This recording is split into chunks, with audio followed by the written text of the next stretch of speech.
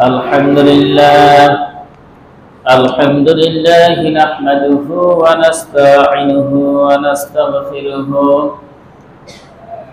ونؤمن به ونتوكل عليه ونعوذ بالله من شرور أنفسنا ومن سيئات أعمالنا من يهده الله فلا مضل له ومن يضلله فلا هادي له ونشهد أن لا إله إلا الله وحده لا شريك له الذي أرسله بالحق بشيرا ونذيرا وداعيا إلى الله بإذنه وسراجا منيرا أما بعد أعوذ بالله من الشيطان الرجيم بسم الله الرحمن الرحيم إذا جاء نصر الله والفتح ورأيت الناس يدخلون في دين الله أفواجا فسبح بحمد ربك واستغفر إنه كان توابا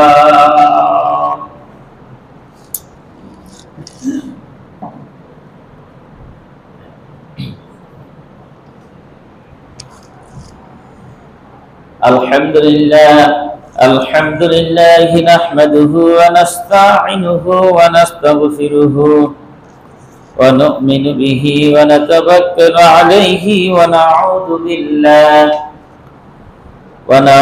بالله من شرور أنفسنا ومن سيئات أعمالنا من يهده الله فلا مضل له ومن يضلله فلا هادي له ونشهد أن لا إله إلا الله وحده لا شريك له أما بعد أعوذ بالله من الشيطان الرجيم بسم الله الرحمن الرحيم ولله على الناس حج البيت من استطاع إليه سبيلا ومن تطوع ومن كفر فإن الله غني عن العالمين وعن أبي هريرة رضي الله تعالى عنه قال قال رسول الله صلى الله عليه وسلم من أتى هذا البيت فلم يرفث ولم يسفك رجع كما ولدته أمه رواه مسلم আলহামদুলিল্লাহ আমরা সর্বপ্রথমে সেই মহান রব্বুল আলামিনের দরবারে শুকরিয়া জ্ঞাপন করছি যে মহান রব্বুল আলামিন আমাদেরকে একটি সপ্তাহ অতিবাহিত হওয়ার পর আবারও এই সালাতুল জুমার মসজিদে সুস্থ শরীর নিয়ে এই জুমার মসজিদে কোরআন ও হাদিস থেকে কিছু শোনার এবং তদ অনুযায়ী আমল করার জন্য আল্লাহ সুবহানাহু ওয়া তাআলা আমাদেরকে এই মসজিদে আসার তৌফিক দান করলেন। এই জন্য আমরা সেই মহান রব্বুল আলামিনের দরবারে শুকরিয়া জ্ঞাপন করছি। সকলেই বলছি আলহামদুলিল্লাহ। লক্ষ কোটি দুরূদ ও তাসলিমা বর্ষিত হোক বিশ্ব নবীর প্রতি। সকলে বলছি সাল্লাল্লাহু আলাইহি ওয়াসাল্লাম। সম্মানিত উপস্থিতি, আমি আপনাদের সামনে সূরা আল ইমরানের 97 নম্বর আয়াত তেলাওয়াত করেছি এবং মুসলিম শরীফের একটি হাদিস তেলাওয়াত করেছি। এই আয়াতের পাশাপাশি আরো কিছু আয়াত এবং এই হাদিসের পাশাপাশি আরো কিছু হাদিসকে সামনে রেখেই আজকের সংক্ষিপ্ত জুমার খুতবা শেষ করব। মা তাওফিক ইল্লা বিল্লাহ তাওয়াক্কালতু ওয়া ইলাইহি উনীব। সম্মানিত হাজিরিন, আজকে যে বিষয়টা আলোচনা করতে চাই সেটা হচ্ছে হজ সম্পর্কে। যেহেতু ইসলামের 5টি রোকন রয়েছে, স্তম্ভ রয়েছে, তার মধ্যে 4 অথবা 5, 4 নম্বর বলা যায় অথবা 5 নম্বর স্তম্ভ বলা যায়। যদি রোজাকে 4 নম্বরে দিই তাহলে 5 নম্বর, অথবা হজকে যদি 5 নম্বর দিই রোজা আছে 4 নম্বর। এই 5 নম্বর স্তম্ভ সম্পর্কে আপনাদের সামনে আলোচনা করতে চাচ্ছি। যেহেতু আমাদের মাঝে অলরেডি জিলকদ মাসের আজকে 3 তারিখ, আজকে জিলকদ মাসে কিন্তু 3 তারিখ রানিং, আর হজ হয় 10ই জিলহজ। যারা হজ করতে যাচ্ছেন বা যাবেন এই বছর, অলরেডি কিন্তু আমাদের বাংলাদেশ থেকে ফ্লাইট চলে গেছে। যারা যাওয়া অগ্রিম, যারা আগে ভাগে যারা যায় তাদের অলরেডি কিন্তু চলতে আছে। আমরা যেহেতু ইসলামের একটি ফরজ কাজ, বিশ্বনবী সর্বপ্রথম বলেছিলেন যে আব্দুল্লাহ ইবনে উমর থেকে বর্ণিত, তিনি বলেন যে বুনিয়াল ইসলাম আলা খামসিন শাহাদাতু আল্লা ইলাহা ইল্লাল্লাহ ওয়া আন্না মুহাম্মাদুর রাসূলুল্লাহ ওয়া ইকামিস সালাহ ওয়া ইতাইজ যাকাত ওয়াল হজ্জ ওয়া শাওম রমাদান। রাহুল বুখারী ও মুসলিম। বিশ্বনবী সাহাবী আব্দুল্লাহ ইবনে উমর থেকে বর্ণিত, তিনি বলেন যে ইসলামের বুনিয়াদ, ইসলামের ভিত্তি হচ্ছে 5টি জিনিসের উপর টিকে আছে। তার মধ্যে 1 নাম্বার হচ্ছে কালিমায় বিশ্বাস স্থাপন করা, অর্থাৎ আল্লাহ এবং আল্লাহর রাসূলের প্রতি বিশ্বাস স্থাপন করা। 2 নাম্বার নামাজ প্রতিষ্ঠিত করা। 3 নাম্বার যাকাত প্রদান করা। 4 নাম্বার হজ প্রদান করা, হজ আদায় করা। 5 নাম্বার হচ্ছে রমজান মাসে সিয়াম পালন করা। এই যে আমরা সিয়ামের পরে আমাদের এখন পরে যে ধাপ, পরের যেটা ইসলামের বুনিয়াদ ভিত্তি, এখন হচ্ছে হজের মৌসুম চলছে। জিলকদ, জিলহজ, সামনে মাসের 10 তারিখে কিন্তু আপনার হজ। সুতরাং সারা বিশ্বের মুসলমান যাদের উপর আল্লাহ সুবহানাহু ওয়া তাআলা হজ ফরজ করেছেন, এরা এখন সারা বিশ্ব থেকে কাবা শরীফকে কেন্দ্র করে, মক্কাকে কেন্দ্র করে তারা কিন্তু সৌদি আরবের উদ্দেশ্যে, মক্কার উদ্দেশ্যে সবাই কিন্তু রওনা দিচ্ছে, যারা এই বছর হজ করতে যাবে। তো হজ শব্দের আবিধানিক অর্থ হচ্ছে সংকল্প করা, ইচ্ছা করা, মনোপোষণ করা, আকাঙ্ক্ষা করা, ইরাদা করা। কোন ঘরকে তওয়াফ করার উদ্দেশ্যে গমন করা, অর্থাৎ কাবা শরীফ, ঘর বলতে এখানে কাবা শরীফকে তওয়াফ করার উদ্দেশ্যে যাওয়া। এটা হচ্ছে আবিধানিক অর্থ। শরীয়ী অর্থ, ইসলামী পরিভাষায় যদি হজ তাহাকে বলা হয়, যদি আমরা জিজ্ঞাসা করি যে নির্দিষ্ট সময়ে নির্দিষ্ট কোনো কার্যাবলী সম্পাদন করার উদ্দেশ্যে মক্কায় অবস্থিত কাবা ঘর তওয়াফ করতে যাওয়ার নামই হচ্ছে ইসলামী শরীয়তের ভাষায় হজ। নির্দিষ্ট সময় বলতে 3 মাসের মধ্যে আপনাকে হজে যেতে হবে। শাওয়াল, জিলকাদ আর জিলহজ, এই 3 মাসের মধ্যে কিন্তু হজের জন্য আপনাকে মক্কায় যেতে হবে। তাহলে নির্দিষ্ট সময় হলো। আর নির্দিষ্ট কার্যাবলী বলতে আপনার হজের ফরজ হচ্ছে 3টি। আরাফার ময়দানে অবস্থান করা, কাবা শরীফ জিয়ারত করা এবং সাফা এবং মারওয়া পাহাড় সাই করা। এই যে ইহরাম বাঁধা, এই সমস্ত কাজ করা, মুজদালিফা অবস্থান করা, মিনায় অবস্থান করা, তারপর কুরবানি দেওয়া, জামরায়ে আকিবায় পাথর নিক্ষেপ করা, এগুলো নির্দিষ্ট কিন্তু কার্যাবলী। এগুলোর বাইরে কিন্তু আমি করতে পারবো না। এই জন্য বলা হয়েছে যে নির্দিষ্ট সময়ে নির্দিষ্ট কিছু কাজ সম্পাদন করার উদ্দেশ্যে কাবা শরীফকে কেন্দ্র করে মক্কা ইবাদত করার নামই হচ্ছে ইসলামী শরীয়তের ভাষায় হজ বলা। এখন এই হজ্জের মাস চলতেছে, শাওয়াল চলে গেছে, জিলকাদ মাস পড়ে গেছে। তা আমাদের মসজিদ থেকেও আলহামদুলিল্লাহ যে আপনাদের নবনির্বাচিত যে সভাপতি উনি সহ এই যে উনিও যাবেন, কয়েকজন যাচ্ছেন, তাহলে সারা বাংলাদেশ থেকে কিন্তু যাচ্ছে অনেক হাজি এবং সারা বিশ্বের মুসলমান কিন্তু যাচ্ছে। তো হজের আমরা আবিধানিক অর্থে জানতে পারলাম যে সংকল্প করা, ইচ্ছা করা। আপনি যে হজ করতে যাবেন এটা যদি মন থেকে ইচ্ছা না করেন, কোটি কোটি টাকা থাকবে কিন্তু আপনি হজ করতে পারবেন না। বাংলাদেশে এমনও মানুষ রয়েছে যার ব্যাংক ব্যালেন্স, টাকা পয়সা, জায়গা জমি অনেক রয়েছে, কিন্তু সে কখনো ইচ্ছা করেনি যে আমি হজ করতে যাব, মানে মন থেকে কখনো চাইনি, ইরাদা করেনি, আকাঙ্ক্ষা করেনি। আল্লাহ সুবহানাহু ওয়া তাআলা তার কপালে হজ লিখে রাখেনি। এমনও বান্দা রয়েছে টাকা পয়সা নাই, কিন্তু সে প্রবল ইচ্ছা, প্রবল আকাঙ্ক্ষা যে আমি মানে জীবনে মরে যাওয়ার মুহূর্তে হলেও যেন একবার যেন আল্লাহ পাক আমাকে তার ঘর তাওয়াফ করায়, অর্থাৎ হজে নিয়ে যায়। কোন দিক দিয়ে আল্লাহ সুবহানাহু ওয়া তাআলা তার ব্যবস্থা করে দেন।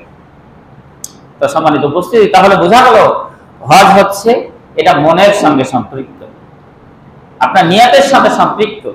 আপনাকে সর্বপ্রথম হজ করতে যাওয়ার আগে নিয়ত করতে হবে, ইচ্ছা পোষণ করতে হবে, আকাঙ্ক্ষা করতে হবে। শুধু টাকা পয়সা থাকলে হবে না, আকাঙ্ক্ষা যদি না করতে পারেন, ইচ্ছা পোষণ যদি না করতে পারেন, আপনার আমার দ্বারা বাড়ি বাড়ি আপনার দেখেন মধুপুর থেকে শুরু করে সারা বাংলাদেশে সব জায়গায় দেখেন কার ফ্ল্যাট বাড়ি নেই। এক একটা ফ্ল্যাট বাড়ি তৈরি করতে গিয়ে কত টাকা খরচ, 15-20 লক্ষ, 30 লক্ষ, 25 লক্ষ, আরো বেশি। এক একজন আরো বেশি টাকা খরচ করতেছে, হ্যাঁ, কিন্তু দেখেন সে হজ করতে পারে না। এই টাকা পয়সাগুলো কার জন্য রেখে যাচ্ছে? ছেলে মেয়ের জন্য, স্ত্রী সন্তান, আত্মীয় স্বজন, তাদের জন্য রেখে যাচ্ছে। কিন্তু হজের যেটা শর্ত, আপনি যে 3 মাস বাড়িতে থাকবেন না, মনে করেন যে 2 মাস যদি হজে যে সৌদি আরব যাবেন, এই যাওয়া থেকে শুরু করে আপনার রাস্তা খরচ এবং ওই সময় সংসার খরচ, ফ্যামিলি চলবে, এই রকম যদি অ্যাবিলিটি থাকে আপনার উপর হজ খরচ। তার মানে 2 মাস যে আপনি থাকবেন মনে করেন হজ করতে গিয়ে, এই 2 মাস বাড়ি যেন চলতে পারে, সংসার যেন চলতে পারে, এবং আপনার বিমান খরচ, যাওয়া আসা যে খরচটা লাগতেছে হজ করতে গিয়ে, এই খরচটা যদি, তাহলে সর্বোচ্চ 7-8 লাখ টাকা এখন বর্তমানে থাকলে, এই যে 5 লাখ 5.5 লাখ টাকা লাগছে এখন বর্তমানে, 5-6 লাখ টাকা, 6 লাখ টাকা যদি হজে খরচ হয়, আর 1 লক্ষ টাকাও লাগবে না আপনার বাড়ি ওই 2 মাস চলতে। তাহলে একটা মানুষ যদি 7-8 লক্ষ টাকার মালিক হয়, তাহলে তার উপর হজ কি খরচ। এখন আপনি আপনার গ্রাম থেকে শুরু করে সারা বাংলাদেশের এই 19 কোটি মানুষের মধ্যে হিসাব করে দেখেন কার ঘরে 7-8 লাখ টাকা নাই, কার নাই? কিন্তু সারা বাংলাদেশে 19 কোটি মানুষের মধ্যে কয়জন হজ পালন করতে যায়? কয়জন যায়? তাও হজ পালন করতে কখন যায়? দুনিয়ার সব আকাম কুকাম করার পর যখন ডেট এক্সপায়ার হয়ে যায়। আমাদের বাংলাদেশের হাজিরা সব শেষে কিন্তু যায়, মানে ওই লোকের দ্বারা যত প্রকারের খারাপ কাজ, আকাম কুকাম যা ছিল সব শেষে, যখন আর কোন জায়গাতে মানে খারাপ কাজ করা থাকে না, হ্যাঁ, সংসারে দেখা গেল যে ওটা অতিরিক্ত হয়ে গেছে, আর ছেলে মেয়ের কাছে দাম পাই না, সমাজে দেখা গেল যে বয়স্ক হয়ে গেছে, এই মুরব্বী মানুষ, আপনি কি বুঝেন, আপনি জান, আমরা দেখছি। মসজিদে দেখা গেল যে আপনার দাম পাইছে না, কোনো দিকে এসে না, সব শেষ বয়সে যেছে হজ করতে দিয়া সাই করতে পারে না, হ্যাঁ, আপনার ওই হজের যেগুলো কাজ সব তো হেঁটে হেঁটে করা লাগে। ওখানে গিয়ে কি আপনি ওই যানবাহনে করবেন? আপনি সাফা থেকে মারওয়া পাহাড় আপনার 7 চক্কর মারতে হবে, সব তো হেঁটে হেঁটে করা লাগবে। কাবা শরীফ আপনাকে 7 চক্কর মারা লাগবে, সব তো হেঁটে হেঁটে করা লাগবে। আপনি মুজদালিফা থেকে আরাফা যাবেন, মিনা যাবেন, হ্যাঁ, জামরা আকাবা যাবেন, সবই হেঁটে হেঁটে করা লাগবে। তো শরীরে যদি সুস্থ না থাকে, আপনার যদি চ্যাংড়া যদি না হয়, তাহলে ওগুলো হেঁটে হেঁটে কাজ করতে পারবেন কি? ওই হুড়াহুড়ি করে সাই করার সময় দেখা গেল যে পদদলিত হয়ে হাজি নিহত হয়েছে। খবর কোন দেশের হাজি? খুঁজে দেখা যায় বেশিরভাগই বাংলাদেশের হাজি, ম্যাক্সিমামই দেখা যায় যে বাংলাদেশের হাজি। আর এই কারণে সৌদি আরবের লোক বাংলাদেশের হাজি দেখে যে এরা হচ্ছে সব শেষে কিন্তু আছে, অথচ হজটা আপনার চ্যাংড়া অবস্থাতে বেশি করা মানে উত্তম। টাকা পয়সা হয়ে গেছে, আপনি চলে যান, আমি চলে যাই, যা হোক আমি কথা অন্যদিকে চলে যাই। তো হজ কিভাবে খরচ হলো, হজের যদি ইতিহাস আমরা একটু জানি, এই হজটা কিন্তু হযরত ইব্রাহিম আলাইহিস সালামের যুগ থেকে কিন্তু চলে আসতেছে। পৃথিবীতে সর্বপ্রথম যে ঘর, ইন্না আউওয়ালা বাইতি উদিয়া লিন-নাস লাল্লাযী বিবাক্কাতা মুবারাকা ওয়া হুদাল লিল আলামিন, এই পৃথিবীতে সর্বপ্রথম আল্লাহ পাক যে ঘর নির্মাণ করেছেন সেই ঘর হচ্ছে বরকতপূর্ণ ঘর, সেটা হচ্ছে মক্কায় অবস্থিত, সেটা হচ্ছে বাইতুল্লাহ, সেটা হচ্ছে বাইতুল্লাহ। আর বাইতুল্লাহ হচ্ছে সারা বিশ্বের মুসলমানদের জন্য একটা হেদায়েতের কেন্দ্র। এই ঘর সর্বপ্রথম আল্লাহ ফেরেশতাদের মাধ্যমে নির্মাণ করেছিলেন, তারপরে 2 নম্বরে আদম আলাইহিস সালামের মাধ্যমে নির্মাণ করেছেন, 3 নম্বরে হযরত শীশ আলাইহিস সালামের মাধ্যমে নির্মাণ করেছেন, 4 নম্বরে নূহ আলাইহিস সালামের প্লাবনে গোটা পৃথিবীতে যখন 40 দিন বন্যা হয়ে সব পৃথিবীর সব কিছু বাড়িঘর ধ্বংস হয়ে গিয়েছিল, এমনকি কাবা শরীফ ধ্বংস হয়ে মাটির সঙ্গে মিশিয়ে গিয়েছিল। আল্লাহ ওহীর মাধ্যমে ইসমাঈল আলাইহিস সালাম পিতা হযরত ইব্রাহিম আলাইহিস সালামকে ওহীর মাধ্যমে জানালেন যে এই জায়গাতে কাবা শরীফ রয়েছে, তুমি পুনর্নির্মাণ করো। তিনি চতুর্থ বার কাবা শরীফকে সুন্দরভাবে তৈরি করছেন। এভাবে পর্যায়ক্রমে সর্বশেষ 10ম বার কুফার গভর্নর হাজ্জাজ বিন ইউসুফের মাধ্যমে এখনকার যে বর্তমান কাবা এটা হচ্ছে কুফার গভর্নর 10তম বারে তিনি সংস্কার করেছেন। আল্লাহ সুবহানাহু ওয়া তাআলা হযরত ইব্রাহিম আলাইহিস সালামকে ওই ঘর নির্মাণ করতে গিয়ে তিনি বললেন, ইব্রাহিম এই ঘর সারা বিশ্বের মানুষের জন্য মুসাল্লা হিসেবে আমি রেখে দিলাম, এটা নিদর্শন হিসেবে রেখে দিলাম।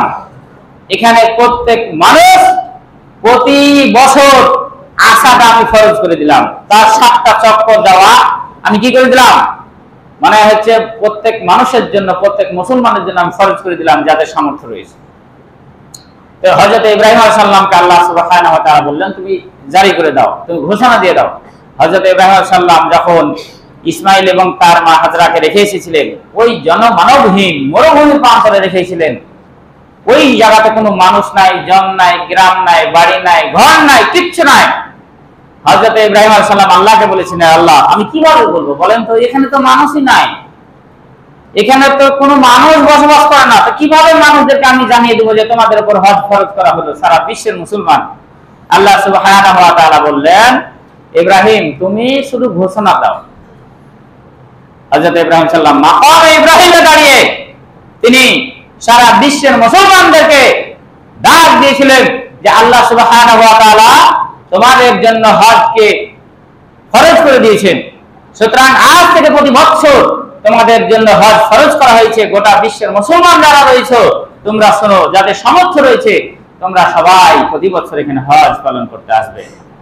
এই কথাটা হযরত ইব্রাহিম সাল্লাম মুখে বললেন, আর আল্লাহ সুবহানাহু ওয়া তাআলা কুদরতি ক্ষমতায় तमाम বিশ্বের মুসলমানদের কানে কানে পৌঁছে দিলেন। সুবহানাল্লাহ।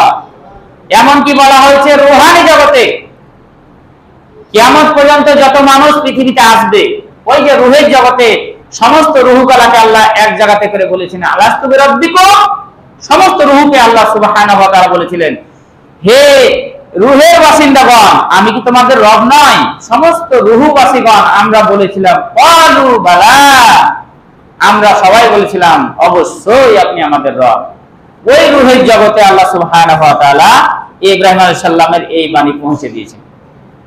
দুইটা রেওয়ায়াত, একটা রেওয়ায়াত হচ্ছে কি तमाम বিশ্বের মুসলমানদের কানে পৌঁছে দিয়েছেন, যাদের কানে এই আওয়াজ গেছে মরার আগ মুহূর্ত হলো সে একবার হজ করে আসবে, আর যাদের কানে যায়নি তাদের কপালে হজ জুটবে না।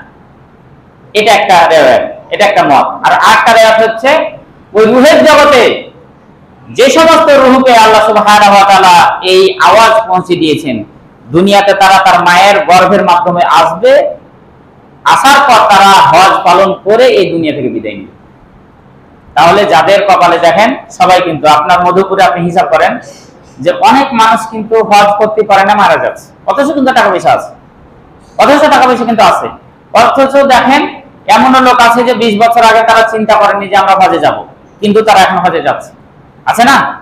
আমাদের সমাজ থেকে অনেকে আছে না যে 20 বছর আগেই চিন্তা করেনি যে হজ করব, খাইতে পারছিল না, ওর বাড়িতে আখাতে ওর মানে হাঁড়ি চড়ছিল না, ভাত 3 বেলা খেতে পারত না, এরকম অনেক পরিবার আছে। অথচ তাদের এখন কোটি কোটি টাকা, লক্ষ লক্ষ টাকা, ব্যাংক ব্যালেন্স, জায়গা জমি, পুকুর, ভাটা, অনেক টাকার মালিক আল্লাহ বানিয়ে দিয়েছে যেভাবেই হোক, অথচ তারা হজ করতে যাচ্ছে, তারা হজ করতে যাচ্ছে।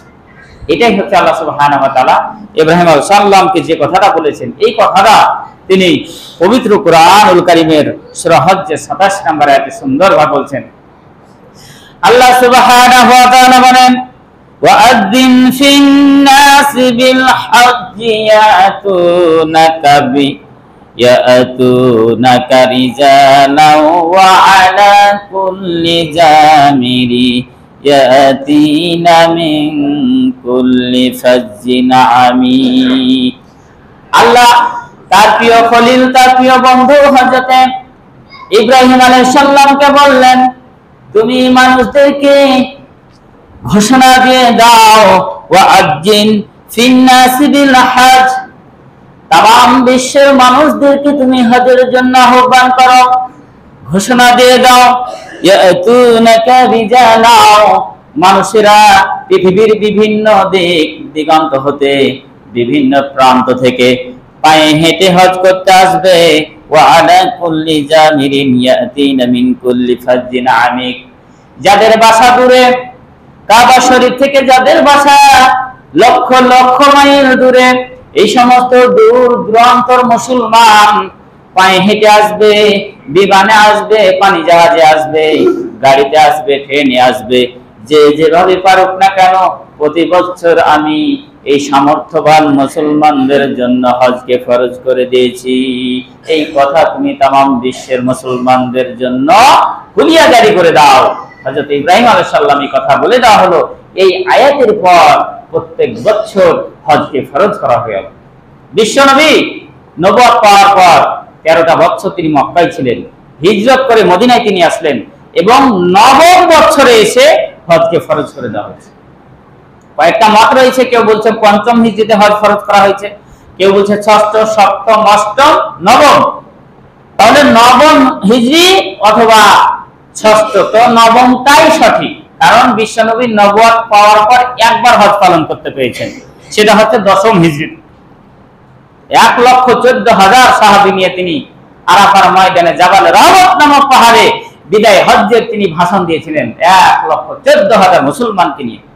তিনি বলেছিলেন, আল্লাহুম্মা হাল বাল্লাগতু রিসালাতি, তাম বিশ্বের মুসলমানদের মধ্য থেকে 1,14,000 মুসলমানকে নিয়ে 10ম হিজরিতে আরাফার ময়দানে জাবাল রহমত নামক পাহাড়ের চূড়ায় বিশ্বনবী উঠে সমস্ত মুসলমানদেরকে ডাক দিয়ে বলেছিলেন, ও আমার আল্লাহর বান্দা, আমার উম্মত, তোমরা সাক্ষী দাও আমি কি আমার রিসালাতের দায়িত্ব আল্লাহর কাছে পূর্ণ করতে পেরেছি কিনা। হাল বাল্লাগতু রিসালাতি, আমি কি আমার যে নবুয়ত আমার উপর আল্লাহ দায়িত্ব দিয়েছিল, আমি কি তোমাদের কাছে পৌঁছাতে পেরেছি, আমি কি আমার দায়িত্ব পালন করতে পেরেছি। এই কথাটা কিন্তু তিনি সাহাবীদেরকে মানে জিজ্ঞাসা করলেন। সাহাবীগণ বলেছেন, বালা বাল্লাগতা রিসালাতাহু, অবশ্যই আপনি আপনার রিসালাত, আপনার দায়িত্ব, আপনার নবুয়ত মানুষদের মাঝে পৌঁছে দিয়েছেন। নচেত মক্কাতে আপনাকে হত্যা করতে গেছিল 13 বছর পর, আর আপনি ওই 13 বছর পর মদিনাতে আসলেন, 9 বছর পর আপনি 1,14,000 সাহাবী নিয়ে আপনি বিদায় হজ পালন করতে এসেছেন। এবং তাম বিশ্বের মানুষ আজকে মুসলমানের মধ্যে দলে দলে তারা প্রবেশ করতেছে। ইযা জাআ নাসরুল্লাহি ওয়াল ফাth ওয়া রাআইতান নাসা ইয়াদখুলুনা ফি দীনিল্লাহি আফওয়াজা। আল্লাহ সুবহানাহু ওয়া তাআলা বলেন, যখন ইসলামের বিজয় চলে আসবে, ইযা জাআ নাসরুল্লাহ, যখন আল্লাহ তাআলা সাহায্য সহযোগিতা এই দুনিয়ার মাঝে যখন চলে আসবে, রাআইতাল, তখন তুমি দেখবা মানুষেরা দলে দলে ইসলামের মাঝে প্রবেশ করতেছে। মক্কার মুশরিকরা ইসলাম কবুল করবে, হিন্দু যারা রয়েছে তারা ইসলাম কবুল করবে, ইহুদি যারা রয়েছে তারা ইসলাম কবুল করবে, যারা খ্রিস্টান রয়েছে তারা ইসলাম কবুল করবে। আজকে তামাম বিশ্বের মধ্যে একটাই ধর্ম, যে ধর্মে বেধর্মীরা বেশি গ্রহণ করতেছে, সেই ধর্মের নাম হচ্ছে ইসলাম। তামাম বিশ্বের মধ্যে মুসলমান যত হচ্ছে, খ্রিস্টান থেকে মুসলমান হচ্ছে, ইহুদি থেকে মুসলমান হচ্ছে, হিন্দু থেকে মুসলমান হচ্ছে, বৌদ্ধ থেকে মুসলমান হচ্ছে। তাহলে এটা হচ্ছে একটা আল্লাহর সাহায্য, এটা হচ্ছে আল্লাহর সাহায্য। যে মক্কায় জন্মগ্রহণ করলেন বিশ্বনবী, ওখানে তিনি 13টা বছর দাওয়াত দিলেন, ওই জায়গাতে তাকে হত্যার জন্য হুলিয়া জারি করলো, হত্যার জন্য তাকে রায় ঘোষণা করে দেওয়া হলো যে একে আর রাখা যাবে না। সমস্ত মক্কার মানুষদেরকে সে বেধর্মী বানিয়ে দিচ্ছে। মক্কা থেকে বিতাড়িত হয়ে তিনি মদিনায় আসলেন। 9 বছর পর 1,14,000 সাহাবী নিয়ে তিনি মক্কা জয় করে বিদায় হজ পালন করলেন। এটা কার দয়া? আল্লাহর দয়া না? এটা কার সাহায্য? আল্লাহর সাহায্য না? আজকে যে আমরা মুসলমান পৃথিবী থেকে হজ করতে যাচ্ছি, এটা হচ্ছে একটা আল্লাহর রহমত, বরকত। সম্মানিত উপস্থিতি, তাহলে বোঝা গেল যে আল্লাহ সুবহানাহু ওয়া তাআলা ইব্রাহিম আলাইহিস সালামের মাধ্যম দিয়েই কিন্তু হজ্জের ঘোষণা জারি করেছে, এবং ওই ঘোষণাটা এখন পর্যন্ত আছে। হজ্জের ফরজ হচ্ছে 3টি। সর্বপ্রথম আপনি হজ করতে যাবেন, সারা পৃথিবী থেকে 5 জায়গাতে মিকাত বলা হয়, ওখানে 5 জায়গাতে, ওই জায়গা থেকে কিন্তু ইহরাম বাঁধতে হয়। ইহরাম বলতে যেটা হচ্ছে নিষিদ্ধ, ইহরাম শব্দ অর্থ নিষিদ্ধ। যেমন এই যে আমরা এখন সেলাই করা পোশাক আশাক পরে আছি, প্যান্ট পায়জামা সবকিছু কিন্তু আমাদের সেলাই করা। হজ্জের ইহরাম বাঁধার আগ মুহূর্তে এই সমস্ত সেলাই করা পোশাক আশাক সব বাদ, সবই নিষিদ্ধ। আপনাকে সেলাইবিহীন সাদা ইহরামের পোশাক পরতে হবে। অর্থাৎ ওই যে ধুতি পরে না, যারা হিন্দুরা ধুতি পরে, তাদের যে বিয়েতে পুরোহিত তারা ঠাকুর, তাদের যে ধুতি পরে, এই ধুতি, তারপর হচ্ছে চাদর, অর্থাৎ সেলাইবিহীন 3টা কাপড় আপনি পরে থাকবেন সাদা। এবং এই ইহরাম বাঁধতে হবে আপনার 5টি জায়গা রয়েছে, সারা বিশ্বের 5টি জায়গা। আমাদের এই বাংলাদেশিদের জন্য ইয়ালামলাম পাহাড় বলা হয়। তো এটা হচ্ছে, ওখানে তো আগে পানি জাহাজে যখন যেত তখন ওই ইয়ালামলাম পাহাড়ের সামনে থেকেই তারা ইহরাম বেঁধে ঢুকতো, কিন্তু এখন বিমান থেকেই, ঢাকা থেকে তাদেরকে কি ওই ইহরামের পোশাক পরিয়ে এখান থেকে ইহরাম বাঁধে নিয়ে চলে যায়। তাহলে ইয়ালামলাম, জুলহুলাইফা, জাতির কানুন, মানাজিল আর জুলফা, এই 5টা হচ্ছে কি রয়েছে, মিকাত রয়েছে আমাদের বাংলাদেশি বা এদিকের মুসলমানদের জন্য। এই ইয়ালামলাম পাহাড়। এখন এই ইহরাম বাঁধতে হবে, এটা হচ্ছে ফরজ। 2 নাম্বার হচ্ছে কাবা শরীফ আপনাকে হচ্ছে হবে 7 বার আপনাকে তাওয়াফ করতে হবে, এটা হচ্ছে ফরজ। 3 নাম্বার হচ্ছে 10 তারিখে আরাফার ময়দানে কি করতে হবে, অবস্থান করতে হবে, এটা হচ্ছে কি ফরজ। এই 3টা কাজ আপনাকে আরাফার ময়দানে যদি অবস্থান না করে, আপনার হজই হবে না, আপনার কি হবে না, হজই হবে না। তাহলে এই 3টা কাজ। আর ওয়াজিব মতপার্থক্য রয়েছে, কেউ বলেছে 5টি, কেউ বলেছে 6টি, কেউ বলেছে 7টি। ইমাম আবু হানিফার মতে 5টি, ইমাম মালিক হাম্বলির মতে 6টি, আর ইমাম শাফিঈর মতে 7টি। 7টি কি কি? এই 3টা কিন্তু ফরজ 3টা আছেই, সঙ্গে যোগ হলো আসাই মাইনা সাফা আল বারা, সাফা এবং মারওয়া পাহাড় কি করা 7 বার ওটা সাই করা, এটা কিন্তু হজের ওয়াজিব। তারপর হচ্ছে মাথা মুন্ডন করা, মুজদালিফায় অবস্থান করা, আর হচ্ছে কুরবানি করা, আর জামরায়ে আকাবায় পাথর নিক্ষেপ করা, এবং হজ্জের কাজগুলোকে ধারাবাহিকভাবে কি করা, পালন করা। এটা হচ্ছে 7টি ওয়াজিব রয়েছে। আর এই হজের সময় একটা তালবিয়া রয়েছে, একটা দোয়া রয়েছে, লাব্বাইক আল্লাহুম্মা লাব্বাইক, লাব্বাইক লা শারীকা লাকা লাব্বাইক, ইন্নাল হামদা ওয়ান নি'মাতা লাকা ওয়াল মুলকা লা শারীকা লাকা। এই যে একটা তালবিয়া, এটার অর্থ হচ্ছে যে হে আল্লাহ, তোমার ডাকে আমি মক্কায় তোমার ফরজ কাজ করার জন্য পৃথিবীর অমুক দেশ থেকে আমি হাজির হয়ে গেছি, আমি উপস্থিত হয়ে গেছি আল্লাহ।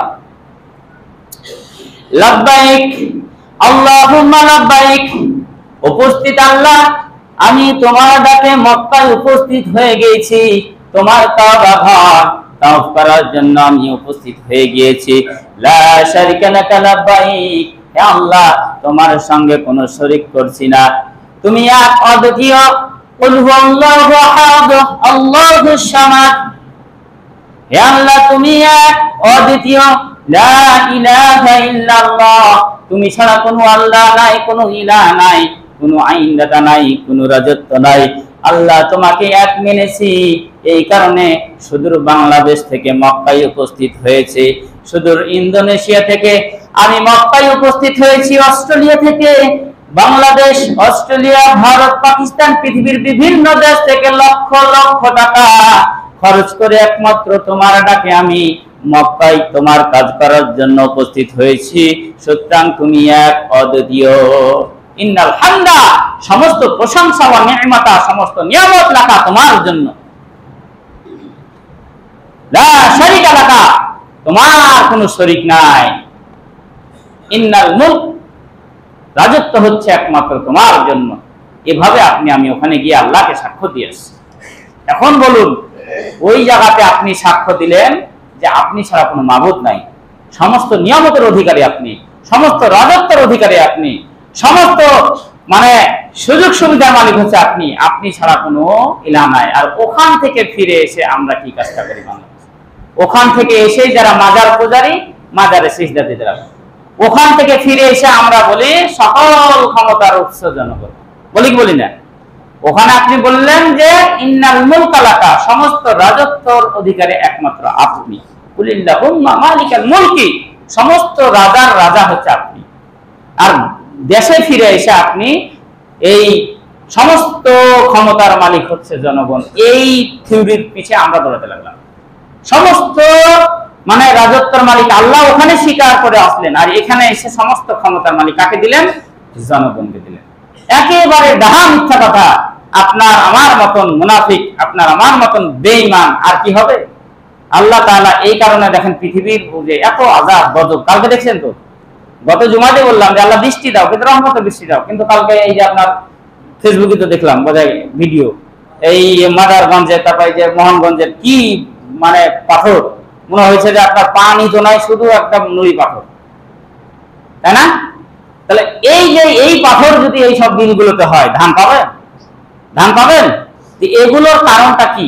এগুলোর কারণ হচ্ছে আপনি, আমি, যে ওখানে গিয়ে স্বীকার করে আসছেন অমুক, আর ওই জায়গাতে আইসা আপনি আগেও জর্দা খেতেন। মনে করেন হজ করতে যাওয়ার আগে আপনি আগে গোল্ড সিগারেট খেতেন, হজ করে আসার পরও আবার গোল্ড সিগারেট খাচ্ছেন। আপনি হজ করতে যাওয়ার আগে মানিক জর্দা, হাকিমপুরি জর্দা দিয়ে পান খেতেন, গুড় খেতেন, সবই খেতেন। হজ করে আসার পরও আপনি আবার ওই একই সমানে। আপনি হজ করতে যাওয়ার আগে সকাল থেকে সন্ধ্যা পর্যন্ত মিথ্যার বাক্স, মিথ্যা সত্য বলতেনি না। হজ করে আসার পর আরো আপনার লাইসেন্স হয়ে গেল যে হজ করে আসতে পারে, হ্যাঁ এখানে 1 মণ ধানই আছে, কিন্তু দেখা গেল যে 35 কেজি ধান। অনেক হাজি এরকম আছে না, হাজি সাহেব মানুষ মিথ্যা কথা বলবে, ওজনে কম দিবে, কিন্তু দেখা গেল 1 মণের জায়গায় 35 কেজি চালিয়ে দিল। কিন্তু যে কিনলো ওটা কি বিশ্বাসের উপর নিল। এই যে আমাদের নেচার এত খারাপ হয়ে গেছে, যার জন্য আজকে হাজি দোয়া করলো আল্লাহ কবুল করে না, ওই মৌলবি মোল্লা দোয়া করলো কবুল করে না, ওই আপনার যুবক ছেলেমেয়েরা দোয়া করলো কবুল করে না, কারো দোয়া কবুল করছে না আল্লাহ। আমাদের রন্ধে রন্ধে রবে রবে সমস্যা বর্তমানে। আমাদের সারা বাংলাদেশের লয়, সারা পৃথিবীর মুসলমানের আজকে রবে রবে সমস্যা। শয়তান আমাদের রবে রবে, ওয়ানাহনু আকরাবু ইলাইহি মিন হাবলিল ওয়ারিদ। শয়তান আল্লাহর কাছে বলেছিল, আল্লাহ আমাকে 3টা জিনিস দাও।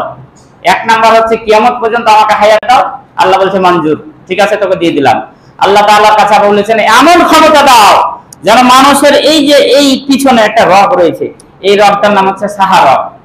এই সাহারা হচ্ছে সবচাইতে পাতলা শুরু, বলছে ওই রগের মধ্যে আমি ঢুকে যাব, কিন্তু মানুষ আমাকে দেখতে পাবে না।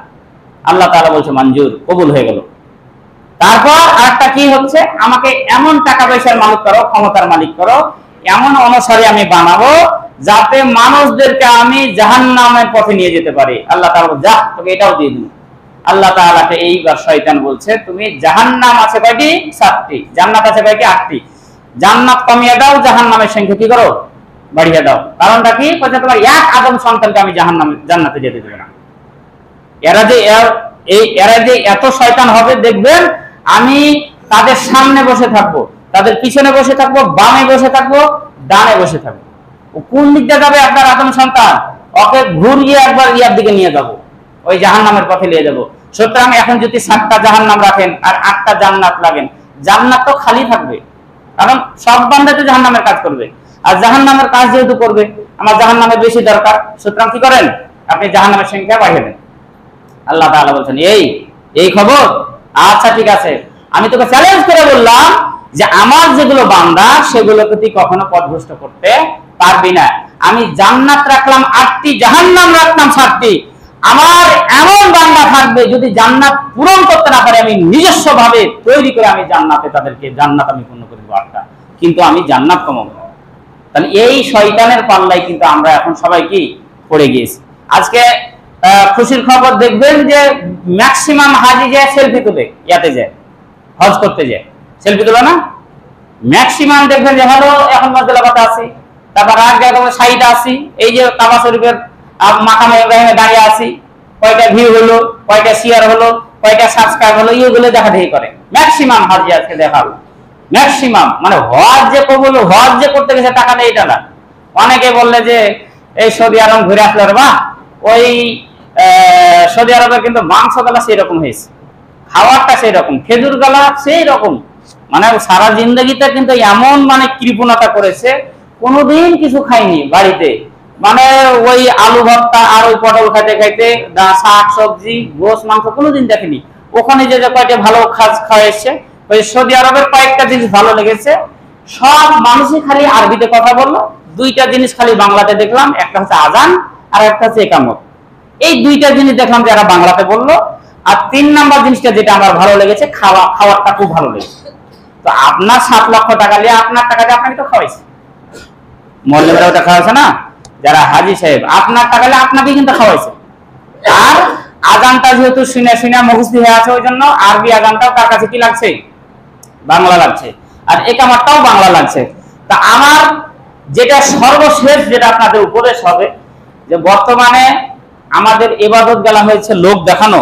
হজের কয়েকটা উদ্দেশ্য রয়েছে, যে হজ করার উদ্দেশ্যটা কি, যে হজ করলে এই যে হাদিসটা আমি বললাম, যে বিশ্বনবী বললেন যে যে ব্যক্তি হজ করতে আসবে, ফালাম ইয়ারফুস ওয়ালাম ইয়াসফুস, সে যেন কখনো খারাপ কাজ না করে, অন্যায় কাজ না করে।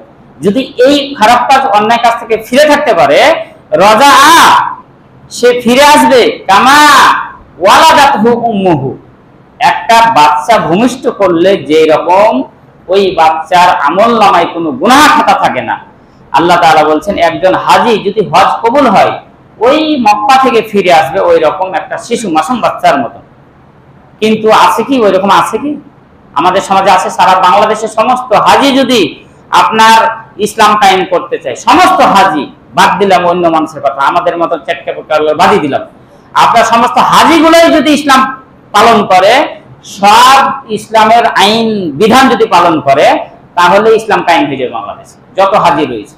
কারণ এমপি মন্ত্রী থেকে শুরু করে মেম্বার চেয়ারম্যান, ওরা তো কয়েকবার করে হজ করেছে এক একজন। আর বাদ বাকি আমরা যে গ্রাম থেকে যাচ্ছি সবাই যদি দায়িত্ব পালন করি, দেখবেন বাংলাদেশে ইসলাম কবুল। যখন সময় শেষ হয়ে গেছে, আল্লাহ সুবহানাহু ওয়া তাআলা আমাদের সকলকে যেন এটা আর্থিক ইবাদত জীবনে একবার হলেও যেন সেই ঘরটা তওব করার তৌফিক দান করে, সেগুলো আল্লাহুম্মা আমিন।